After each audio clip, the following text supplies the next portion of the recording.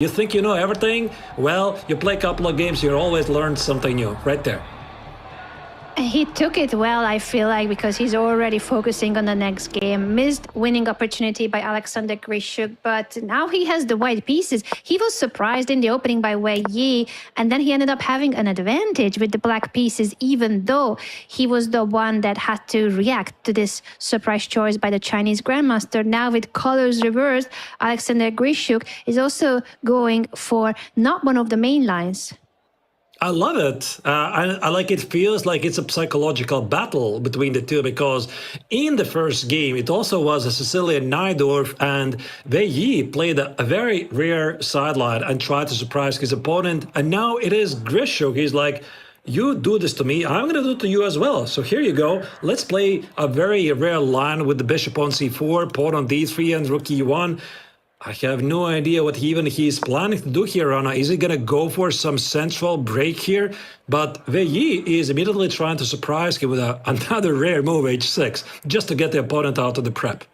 Everyone wants to try to get the surprise element in and make the opponent spend precious seconds, if not precious minutes on the clock. And while this game ended in a draw in game one, the other match in the lower bracket for the qualification spot between Alexander Borchnik and Andrew Tang, that was a win by checkmate by Borchnik in game one. So Andrew Tang needs to strike back. That's also a best of 4. So 3 more games to go in both matches. And both cases are about, if you win, you qualify to the main event in chess at the Esports World Cup. $1.5 million is the prize fund of the main event. Even last place is $25,000. Could be the biggest paycheck of your career. Huge stakes, high pressure on all the remaining 4 players. And for Andrew Tang, must-win situation at some point. If not this game, the next game, he needs to strike back. And the word is he did it with 0.6 seconds left on the clock. This must have been a bit of a tense moment there for both players. They were having incredible time scramble. This is also one matchup. If you're going to have a chance after this one, I would love to see at least some bits from that game. 2 very exciting young grandmasters. But here in this game, Grischuk has decided to respond h6 with h3. There's a bit of a mind games, cat and mouse games here. Try not to reveal the setup just yet. And I do feel, Anna, that at this stage the players are on their own. And g5, I love it.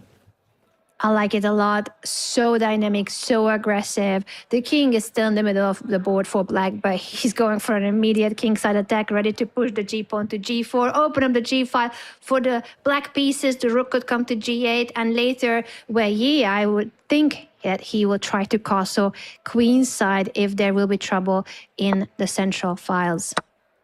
And here comes White's counterattack, which supposedly makes sense. I mean, there's a rule. When your opponent is starting a flank attack, you want to meet it with a counter-strike in the center. And I'm looking at this position, Anna, and I'm wondering, is there no b5 move here? b5 and c4, but apparently not. I think I just noticed queen f3. Let's move on. Queen c7 was played very quickly here by Wei Yi, targeting the rook on e5, and g4 might still happen. Yeah, g4, b5, and all those pawn pushes are in the air. The rook is now hanging, so Grischuk needs to react to that, either defend the rook or drop it back. Yeah, where do you go? I don't want really to draw back. I want to somehow leave the impression that I'm fighting for the initiative there. Queen e2, I like this move. Piling up the pieces at the e-file, maybe be aggressive with some developing moves like knight c3, f4, see what happens. Black plays it cautiously, bishop g7 here. Bishop g7, in the future there could be discovered attacks. Once the knight jumps away, the bishop will be looking at that e5 rook. Yeah, also a big question for White. How do you continue? Do you keep doubling it down on the attack and maybe play something like a 4 or continue development? Wait a second. Ooh, wait a second. It's a mistake. Blunder alert. Knight to c3 is a blunder. Now the discovered attack is extremely strong. Knight to g4, sacrificing the knight, but you end up capturing the rook on e5. And because the knight will be on g4, it's also a checkmate threat if the rook moves away. Alexander Grischuk completely blundered that discovered attack.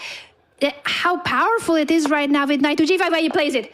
The winning move is on the Look board. at Move him. 12 only. Move 12, and the Chinese grandmaster is winning. How often do you see this at this level, that one of the best players in the world, Alexander Grischuk, the three-time World Blitz champion, is lost on move 12 with white? It's really a rare sight. And you could also see that he was trying to hide his emotions, because I'm pretty sure, Anna, as soon as he played knight c3, he saw knight g4 immediately. That's how it goes. And of course, the Chinese grandmaster immediately spotted this. He did play knight g4, and now it's all about how do you limit the damage here? How do you make black's position as complex as possible? Do you keep the queens on the board, or you try to grab as much material as you can?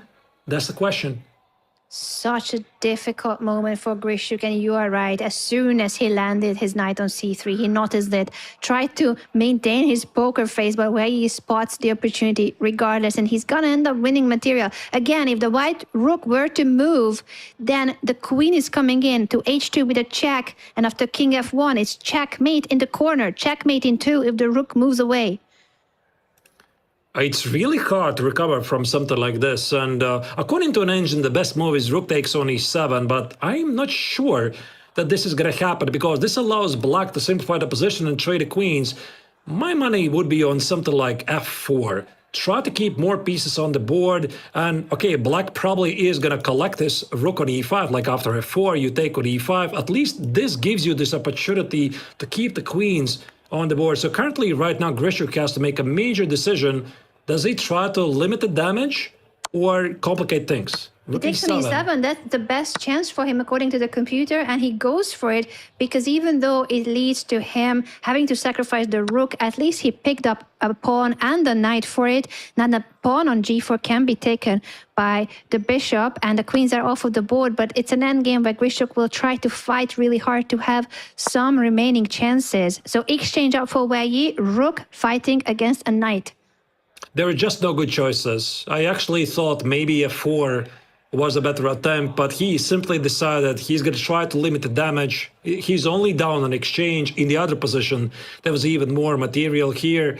And yeah, he's trying to organize some sort of a counterplay against the pawn here on c5, which, by the way, you cannot defend it with his queenside pawn because you need to watch out for some knight jumps.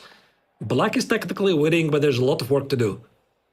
So much work to do. Good news for Wei Yi that he also has way more time on the clock. After Grischuk blundered, he sank into a very long thing, and that is now over a 2-minute time advantage for Wei Yi. So winning position for Wei Yi, and he is also ahead on the clock. All right, rook c8 was played, defending the pawn. I don't know. Are there some tricky knight jumps? I suppose the black king is going to walk away. I think this is right now what Grischuk is looking at. Can I try somehow collect this pawn with some tactical tricks? I quite don't see it. So maybe you have to address this b5 push with a4. Obviously, you want to keep as many pieces on the board as you can. Otherwise, if black will be able to simplify the position, it's going to be over for Grischuk, at least in this game. And if this game goes down and the way it's looking, it could be a very, very good news and much closer qualification for Wei Yi. Again, this is a best of 4 each match in the round of 4 for the qualification spot. So only 2 games will remain after this one, with an advantage after 2 games in a best of 4. Wei Yi will have the white pieces in the next game on top of everything, Arturs. Yeah, it's very, very hard for Grischuk. And look at also his clock. He's just not seeing it. How does he even continue in this game? And again, in your fresh memory is this blunder, which it's so hard to forget. There's no queens on the board. You can't go for any attack. Knight e4, finally Grischuk decides to go for some sort of a counterattack against his pawn. And of course, black immediately goes for the trades. He does trade the bishops on d4. Grischuk is pushing a4 to prevent the pawn, the black pawn, from being able to go to b5. He's trying his best to keep the position at least solid. It is a winning position for Wei Yi, but again, it's still not done. This is speed chess, no increment. Mouse slips happen, mistakes happen, blunders happen. For now, though, with the extra 3 minutes, it's looking amazing for the chances of the Chinese grandmaster and his qualification to the main event in chess. Yeah, again, here, I think Alexander needs some kind of a miracle from his opponent, some kind of an assistance, some kind of a mistake from a black to stay alive in this game. So right now he decided to build up some kind of a fortress. The bishop on c4 remains because you cannot allow the black rook to crash through the defenses with something like rook c2 and b6. I wonder what's the idea of this move. Does he want to play a5, fix the queen side, trade the bishops at the right moment, and play the pawn majority at the king side? There might be more than one good plan here. So many possible plans, but what remains still the same is that Alexander Grischuk not only is in a really tough position, but he also has a lot less time. And again, without increment, this is all the time you have left, 2.5 minutes. He knows, you can see that the facial expressions, the head shaking, that Grischuk is really not liking what happened. He still might be going through that blunder moment in his head. As you said, Arthurs, is so difficult to forget it and accept that now you are in a lost position with also no time on the clock. But he is not going to give up, of course. Alexander Grischuk is going to fight until the very end, and that's what precisely he's doing. He's very, very carefully approaching the pawn on c2, which is his biggest weakness in the position.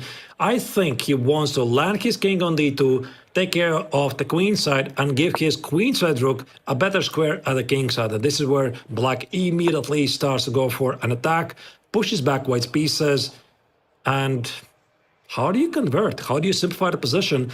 Anna, I'm looking at some sort of a b5 push, but probably at the right moment. I want to get to the pawn on c2, but at the same time, I also want to make sure there's no counterplay suddenly which is coming through at the a file. Yes, you definitely don't want to give that counter chance to Grischuk to get his rook in. But Wei Yi says, I have everything figured out, everything is calculated, pushing b5 to get to the c2 pawn of white. Apparently it works. I was a bit concerned there, but he just made it sure that there is no tactical tricks. And by the way, Grischuk is not yet taking the pawn on b5. He is probably realizing that the best course of action here is some kind of fortress. All right, finally the trade happened here. Is there a check here? He can win a pawn, by the way, on f5, but no. He plays rook a7. He did not give the check, but then he was a bit shocked or surprised by his own decision. So he might be regretting it slightly because now the rooks can be doubled on the c file. And how will you guard that c2 pawn? You have to come back and have a really passive rook. Yeah, I don't know. I think that objectively he was losing anyway. And maybe this was a chance, but now it's gone. b4, I like this move. I think he wants to reroute his kingside knight. Now help it to defend the queen side, potentially. But also, I think that this is going to allow black to organize a passed pawn at the king side. There you go. There goes Grischuk's knight. It's heading somewhere here to cover the queen side, but it's not going to be enough. No, unfortunately for Grischuk, it's a very slow maneuver, and the kingside pawns are marching. There's going to be an h pass pawn for Wei Yi once you push h3. This pawn is really a beast here. Maybe g3, play a fortress. No, it's not a fortress here. So white goes to stop the h pawn. Here comes the black king. And now I think it's just a technically winning position. First defend the pawn, something like rook h8 or rook h6. Both moves look really good, and the king is going to decide the fate of the game. Unfortunately for Alexander Grischuk, this is a completely lost endgame. He's trying to at least grab the pawn on d4 with his knight, but it will not matter once the black king enters the position and supports the passed pawn of h3. I think simple move, king f3, king g2 just wins the game. Maybe king f3, he wants to play rook h2. That's his idea. So black can also defend the central pawn with rook d8. By the way, king f3 was played. And there you go. Finally, black, I think, is crashing through. crushing through with that really nice move. The rook defending the d4 pawn from the side, and the other rook is coming in now through the back rank. This is a winning endgame, and also so much more time for the Chinese grandmaster. Yeah, so we are just witnessing the final moves of this game. I think that Grischuk knows there's zero chances in this game anymore. Maybe he's just trying to get over it, get in the rhythm, already mentally prepare for the next game. H2 is played. I think he might be preparing for the next game. It's a best of 4, and he will have to try to strike back in game 3. The qualification spot is on the line with a huge prize fund at the main event in chess at the Esports World Cup. This could be the highest stakes game of their lifetime, the highest stakes match when it comes to the prize money that's up for grabs. And we see a very classy rook trade by Wei Yi. Alexander Grischuk resigns, and the next game will start in just a few seconds. It's a best of 4, but right now looking great for Chinese grandmaster Wei Yi, who is leading with a point. And if he wins the next game, there will not even be a 4th game. He will have qualified.